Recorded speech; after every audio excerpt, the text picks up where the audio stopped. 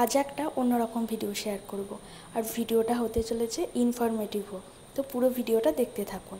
এইগুলো যে দেখছেন, এগুলো কিছু কিছু মানুষের কাছে অপরিচিত হলেও বেশিরভাগ মানুষই কিন্তু এগুলোর কাছে পরিচিত।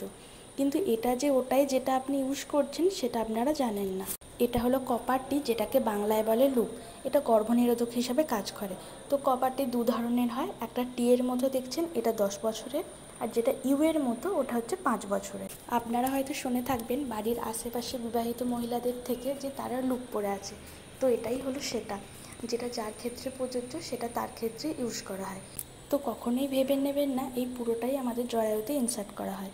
আপনাদের দেখানোর জন্য আমি একটা হসপিটাল থেকে নিয়ে এসেছি। 2 সেমি মতোই আমাদের জরায়ুতে ইনসার্ট করা হয়, খুলে দেখালে বুঝতে পারবেন।